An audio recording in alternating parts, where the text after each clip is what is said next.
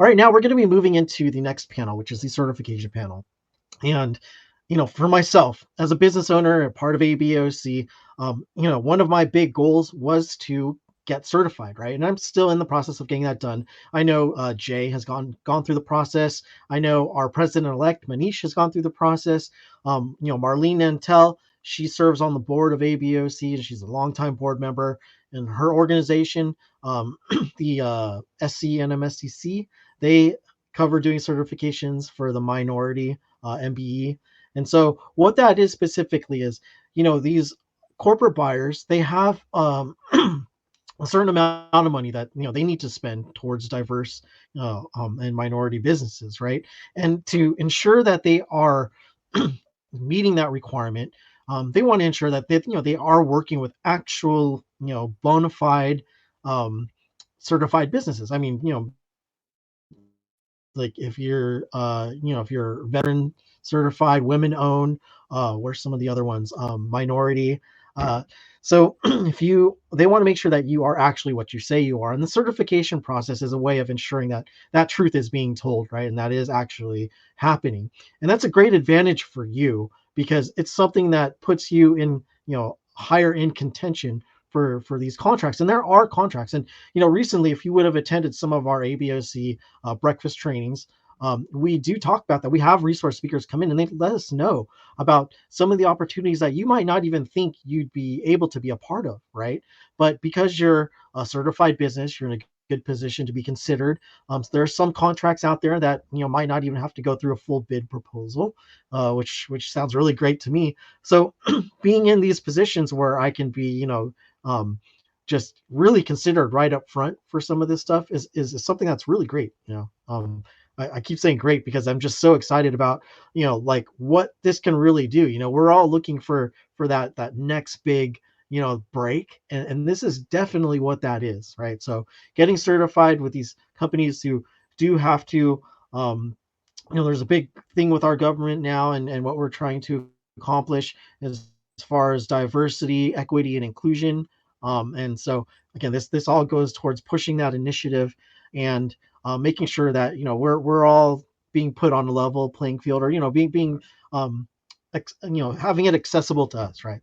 So, anyways, I'm totally just butchering it. So I'm going to go ahead and transition over to the panel now and let them more, accurately and eloquently just cover this very, very important topic.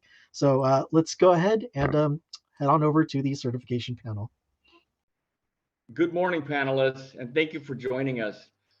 Before we begin, could you take a moment to introduce yourself, the organization you're with, and your role with the organization?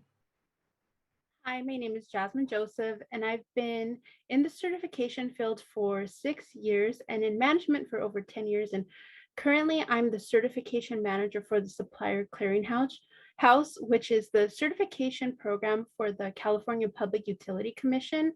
We are commissioned by the CPUC and operate under General Order 156 to verify, audit, certify, and maintain a database that is accessible to the commission and utility members. So I ensure that the clearinghouse is processing in a timely manner, and we're making decisions that align with the general order and which is our certification rulebook. Hello, my name is Marlene Nantel, and I am the Vice President of External Affairs for the Southern California Minority Supplier Development Council, or SCMSDC. As the VP of External Affairs, my responsibility is to ensure that we are communicating and messaging our 4 pillars to our minority business and corporate community. The 4 pillars that we work under are to certify, first and foremost, certifying minority-owned businesses, both ethnic minority men and women. The second is to develop, ensuring that you as business owners have the opportunity to develop your capacity to grow. So all of our programs and offerings are designed specifically to ensure the growth of your business. Third, we connect. We connect you to our corporate partners who are looking for diverse suppliers, specifically minority-owned businesses, as well as connecting you to other MBEs for opportunities. And then finally, we advocate on the value of minority business certification and to corporations looking to leverage opportunities by leveraging diverse suppliers within their supply chain and their procurement system. Hello, my name is Joanne Patty, and I'm a business outreach liaison with the Department of General Services, specifically on the outreach team with small business and disabled veteran business enterprise services. In this role, I educate small business owners about the benefits and opportunities of pursuing a small business certification, disabled veteran business enterprise certification, and contract opportunities with the state of California. I've been in this role since July 2022. Thank you for this opportunity. I'm Jamie Lomax, the Vice President of WEBIC West. WEBIC West is a regional partner of the Women Business Enterprise National Council, also known as WeBank. WeBank is the largest third-party certifier for women-owned businesses in the United States. We serve California, Arizona, Nevada, Colorado, Utah, Wyoming, Hawaii, Guam, and America Samoa. I'm responsible for impacting women-owned businesses in the community through education, networking, and community development. I'm also directly involved with enhancing corporations and WBE's relationships, outreach programs, and creating business opportunities. We truly administer a world-class Women Business Enterprise Certification program. We have demonstrated best practices, corporate citizenship through collaboration, communication, networking, education, and in our strategic partnerships, just like we have with you at the ABA. I support hundreds of businesses through my career as a supplier diversity professional for 20 plus years, working on the corporate side of the house. And I work daily to foster equality, equity, and create generational wealth for WBEs. Thank you. So let's dive in. The first question that came in is, please tell us the requirements of your certification and how it helps small businesses. So the state of California has 3 certifications: small business for the purpose of public works, and disabled veterans business enterprise certification. The requirements for the small business program are independently owned and operated, not dominant in the field of operations, so you can't be a monopoly or the only one doing it. Headquartered and owners must be in California, 100 employee limit, and 16 million average gross annual receipts over a span of 3 years as an average. For small business for the purpose of public works, in addition to the above requirements that I just mentioned of independently owned and operated, not dominant in fields of operation, headquarters and owners in California, it has a 200 employee limit, and the gross annual receipts average 37 million. The disabled veterans business enterprise certification requirements are: must have a service-connected disability of at least 10% or more, is certified by the United States Department of Veteran Affairs, and must be domiciled in the state of California. At least 51% owned by one or more veterans. Limited liability companies, or LLCs, must be wholly owned by one or more disabled veterans. And daily business operations must be managed and controlled by one or more disabled veterans. The disabled veterans who manages and controls the business is not required to be the disabled veteran business owners. The home office must be located within the United States, and the home office cannot be a branch or subsidiary of a foreign corporation, foreign firm, or any other foreign-based business. So what are the benefits of being certified with the state of California? Well, there's certainly some great benefits. You receive a 5% bid preference as a small business on contracts. You have access to contracts that are exclusive to certified firms. And you have access to Prompt Payment Act benefits, which require state agencies to pay properly submitted, undisputed invoices within 45 calendar days of receipt. And if the requirement has not been met, state departments must automatically calculate and pay the appropriate late penalties. And you also have opportunities to work with our reciprocity partners, which are local governments like cities and counties and UC systems and school districts throughout the state of California, who will consider you certified, even though you don't have their specific certification, because they recognize the state certification. So it makes it easier for you to do business with those entities.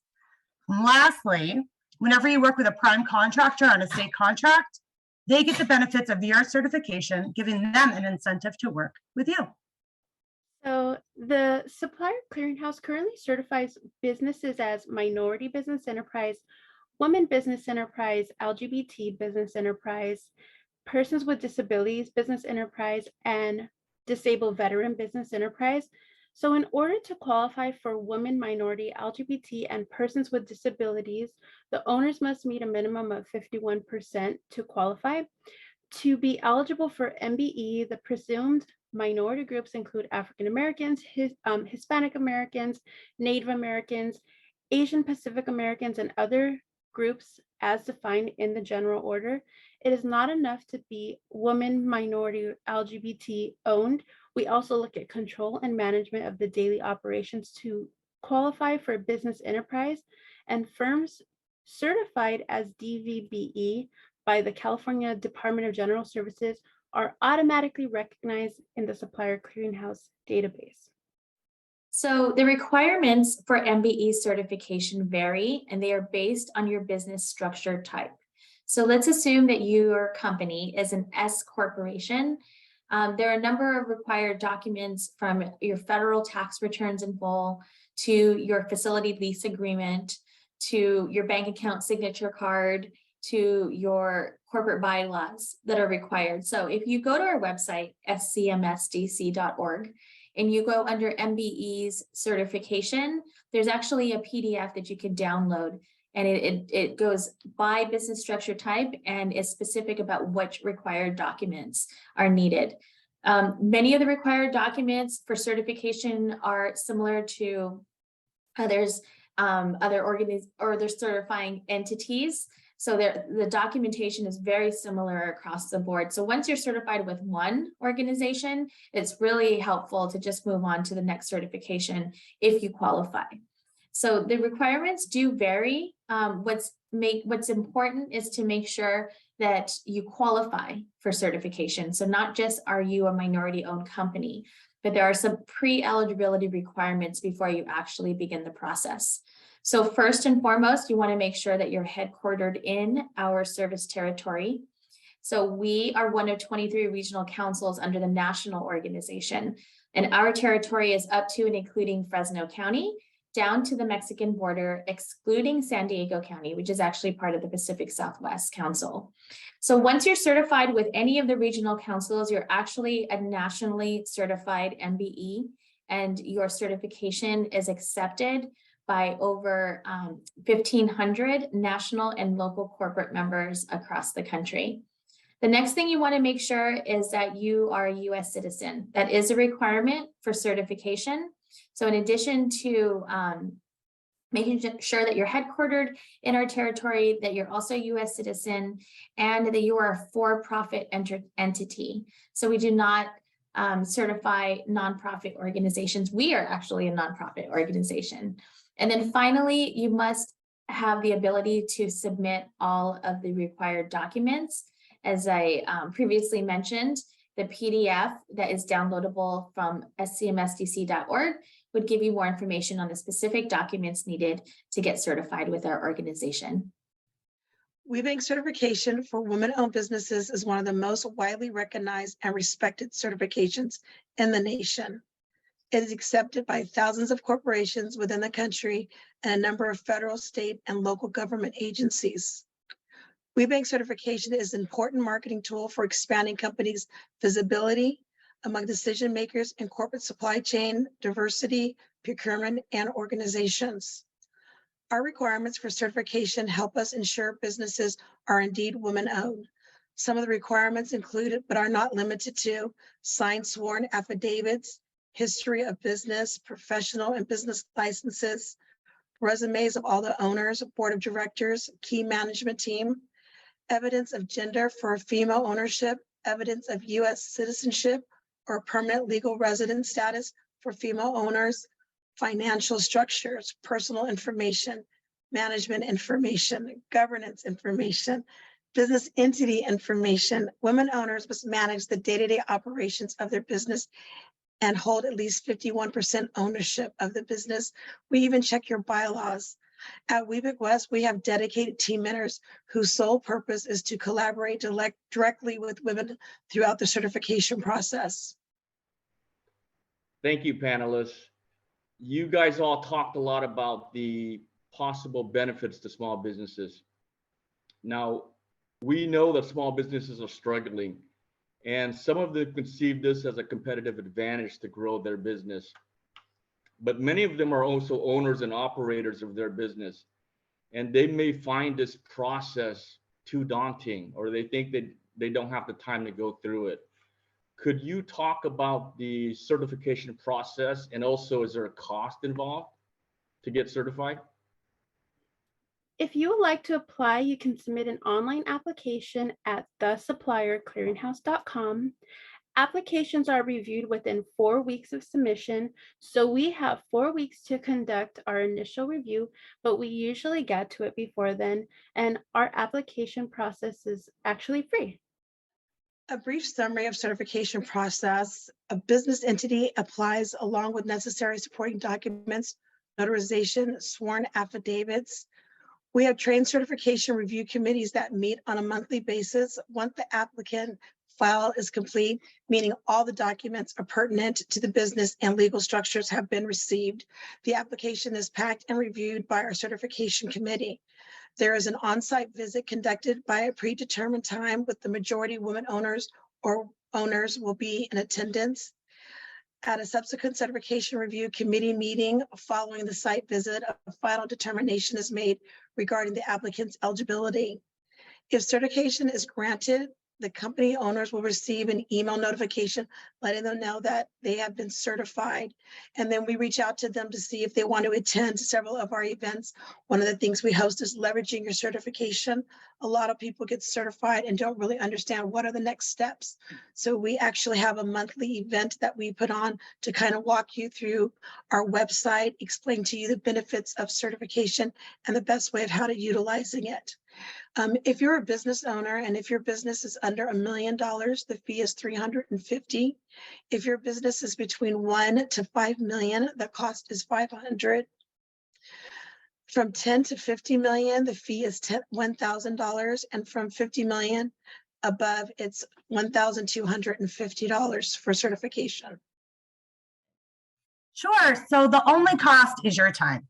The certification process begins with going to www.caliprocure.ca.gov. So CaliProcure is an online portal that improves the way that businesses sell products and services to the state of California. This is going to be our one-stop shop to get registered and to get certified. So before you begin, you want to read the eligibility requirements on the webpage for small business and DVBE certifications that we just went over. You need to be really prepared to add your keywords and your UNSPSCs in the application. Those are the United Nations Specialty Products and Services codes. And you want to make sure that you have all of the documents that you're going to need because you're going to be asked to upload a couple documents. So you're going to be needing your federal income tax returns for at least the last 3 years, your IRS verification of your business's TIN number, which is your tax identification number, quarterly contribution return and report of wages, award of entitlement, e-benefits, service benefits verification, or retired retainer letter. That would be for DVBE only. But for a full list of resources, which you're going to see when you go to caliprocure.com or caliprocure.ca.gov, they'll have a whole list there for you. The process to become certified begins with gathering the required documents for your business. So I always recommend that you gather the required documents before beginning the application online. And that's because you're going to be asked to upload all of the required documents as part of your application. So once you begin the process online, we can only hold it for 90 days. So we want to make sure that, again, that you have all the documents before you begin online. So you'd go to our website and begin the process for certification. You'd fill out some very basic questions about your business, such as how long have you been in business? How many employees do you have? How many minority business employees do you have? How many, where does your business reside? And there's a document there as part of it that says, it's a declaration of minority status. So that needs to be signed by you, and it actually also needs to be notarized. So once that application is complete online and you've uploaded all of your documents, It takes our team up to 45 business days to review the application and ensure its accuracy and completeness. So what they're looking for is to make sure that information is up to date, that it's consistent with the application, that the ownership remains consistent from the federal tax return to the other documents that you're submitting. So we're again looking for consistency and accuracy. Once that desk audit is complete, the next step would be to get a site visit scheduled. So we would actually, right now we're still doing virtual site visits, but at our discretion, we may request that we meet in person based on various factors. But for the most part, our site visits are virtual. And so again, we're just sort of interviewing you to make sure that all of the information is accurate. If there's any questions that we had while we were reviewing the application, then we would go ahead and ask you at that time. And we would also give you an opportunity to ask us any questions and have a more in-depth conversation about what you're seeking through your certification at the council. The next step is to get it reviewed by our board certification committee. So we do have a committee of corporations who do a final review of the application packet. So they're looking at everything. And once it gets to that point, we're really just, we've already made sure that everything is there. If they have any questions, then we would go back to you. But usually, again, by that point, we're sure that you're on your way to certification.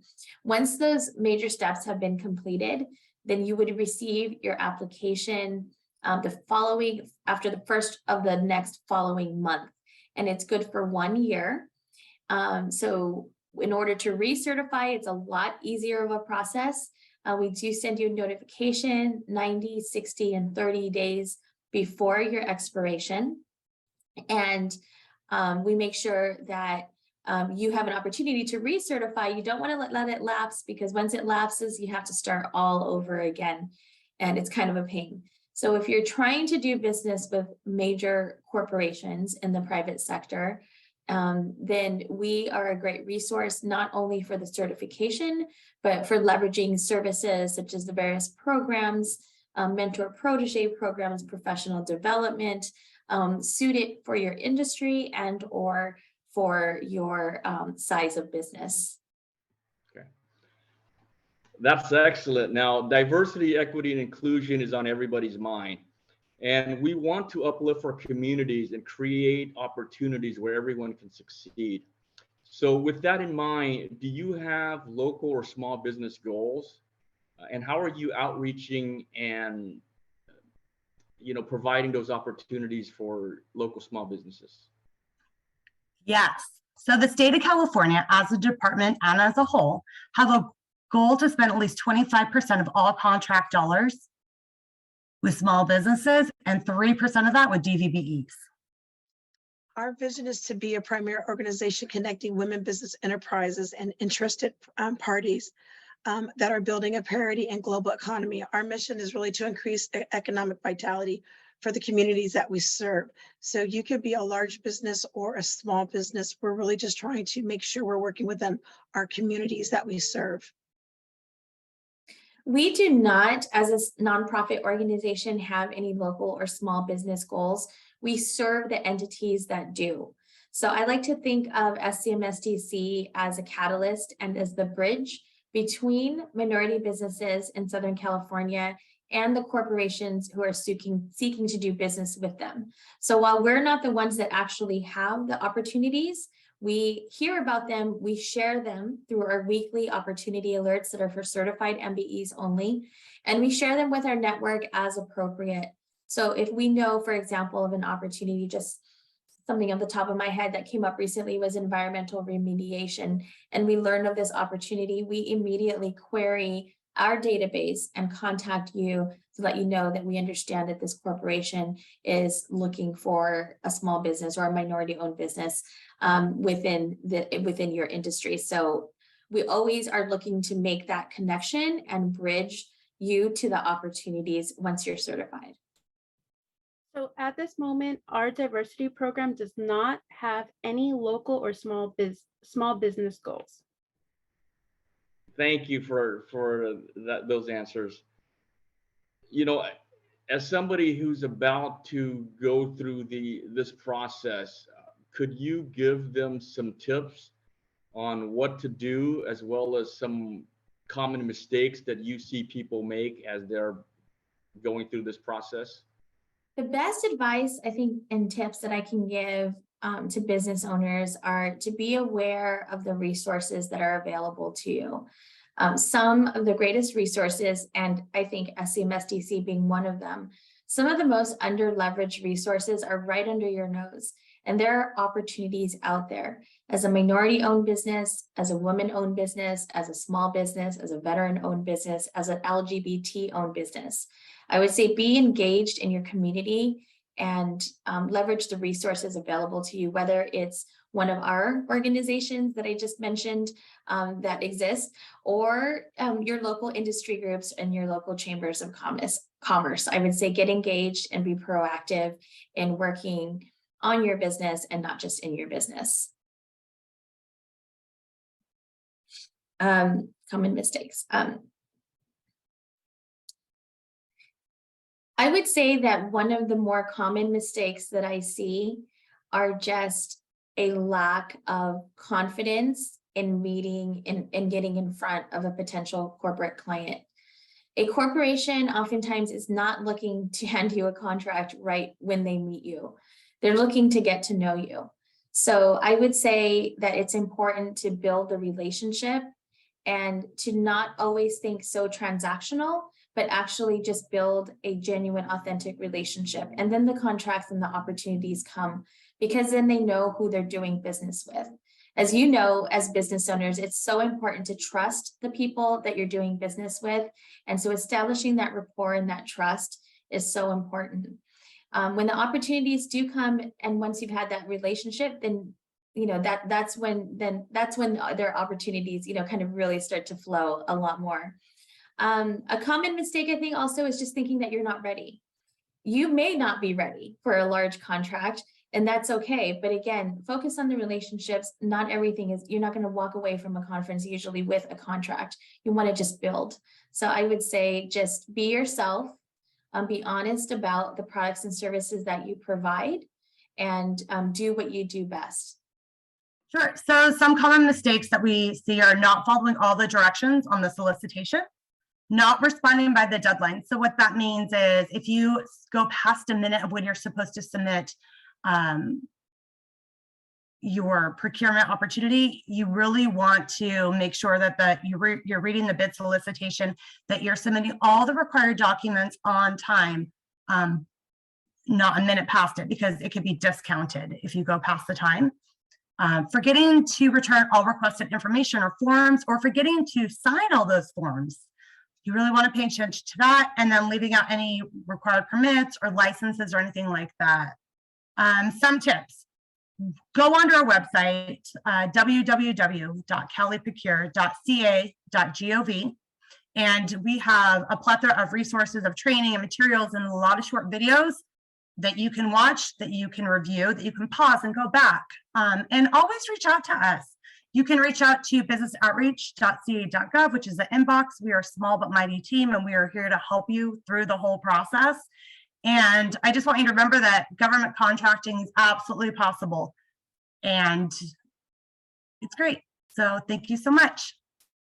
So much to say here. So again, I come from both sides of the house, so I can give you a really good perspective of both things that I see. So networking, professional courses, attend events, keep your certification updated. A lot of times what happens, people will get certified and they might have their admin do the application for them. Their admin ends up leaving and they use their email address as a point of contact. So we are constantly getting contact calls from our corporation saying we're looking for a marketing company, we're looking for a construction company.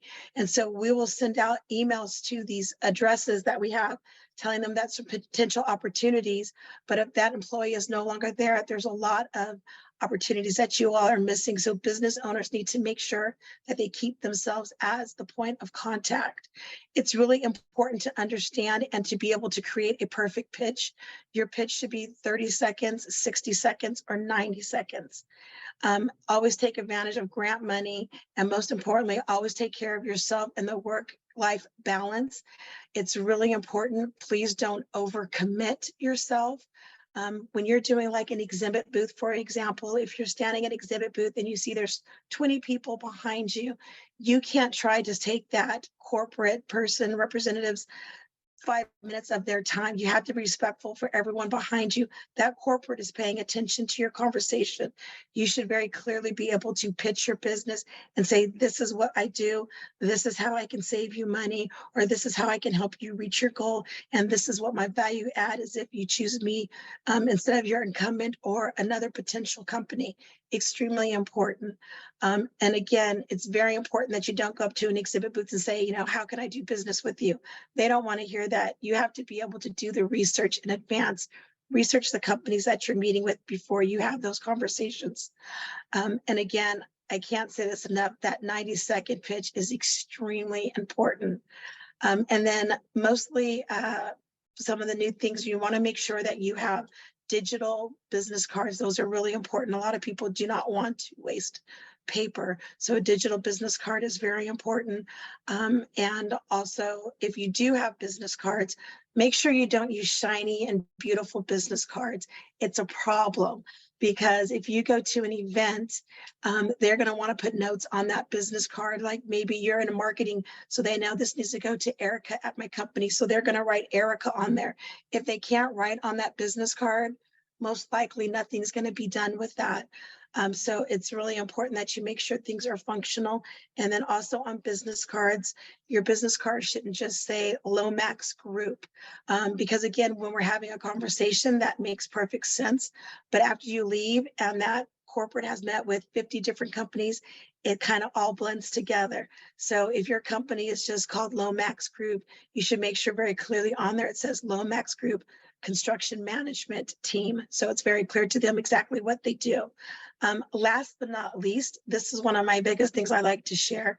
When you go to a conference and you do a strategic matchmaker, 90% of the time, the person on the other side that's representing the corporation is not an expert in your industry.